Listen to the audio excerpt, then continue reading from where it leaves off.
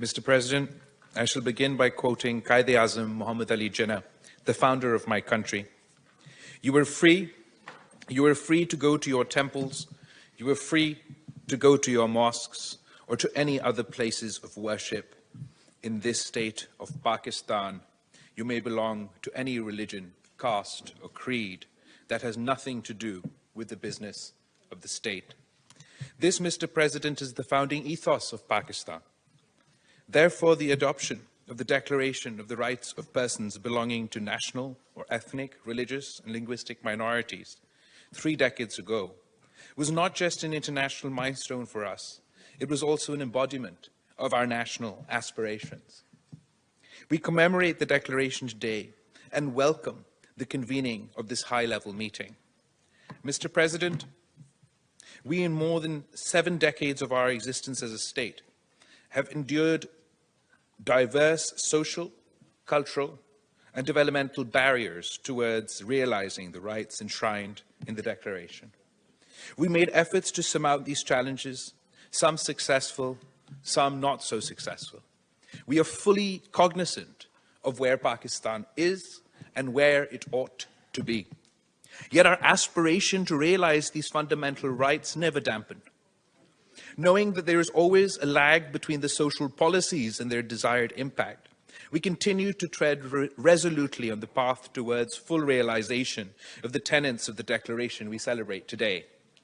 Mr. President, Pakistan continues to accord priority to legal, policy, administrative measures needed to implement the Declaration for safeguarding the rights of minorities in Pakistan.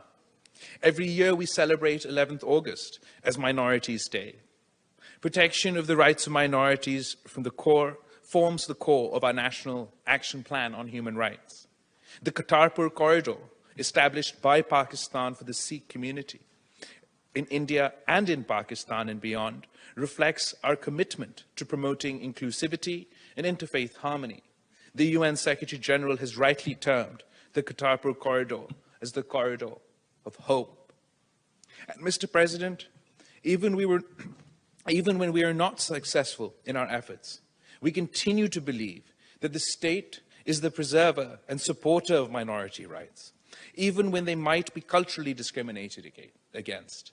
We feel proud of this resolute belief today. We feel proud of this resolute belief today as the world faces a sharp resurgence of discrimination, exclusion, hate, and violence against the other. Where discrimination exists, our state intervenes to protect minorities and act as a bulwark against those that wish to divide and perpetuate hate. While the challenges to address ethnocentrism, anti-Semitism, and discrimination against Asians and Africans continue to exist, recent times have seen a growth of venomous Islamophobic trends across the globe. Unfortunately, there exist states that actively undermine minority rights, fan the flames of hatred, actively seeking to divide communities, persecute minorities as an active policy of state to perpetuate the political power of their ruling elite. Unfortunately, in my neighboring state of India, the once secular country as a home for all its communities is transforming into a Hindu supremacist state at the expense of its Muslim and Christian communities. Mr. President, the RSS hate-filled Hindutva ideology has unleashed a reign of fear and violence against India's 200 million strong Muslim minority, the largest minority in the world. This includes mob lynchings by cow vigilantes, frequent pogroms such as New Delhi in 2020 and Gujarat in 2002, discriminatory citizenship laws to purge India of Muslims, demolishing of homes and shops of Muslim communities under state patronage, storming of mosques by charged mobs, disinformation campaigns against Islam and Muslims on social media, bans on hijab, incitement to hatred and violence against Muslims in the political discourse, and a campaign to destroy mosques across India and obliterate its Muslim heritage and history. and increasingly frequent public calls for genocide against Muslims.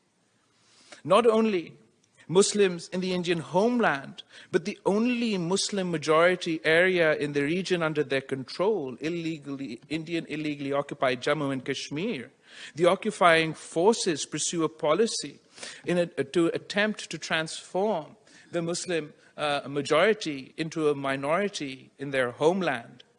And Mr. President, to all this, what is the response of the international community? Yes, silence at best. The global community is sleepwalking through such blatant and widespread discrimination. Pakistan calls on the international community to hold the RSS Hindu supremacist government to account for its overt espousal of an anti-Muslim, anti-Islam agenda. We urge the Secretary General to urgently convene a global dialogue on countering Islamophobia, particularly Islamophobia as a state policy. We also call on the United Nations to formulate an action plan to combat Islamophobia and call out all such discrimination in consultation with member states. Thank you.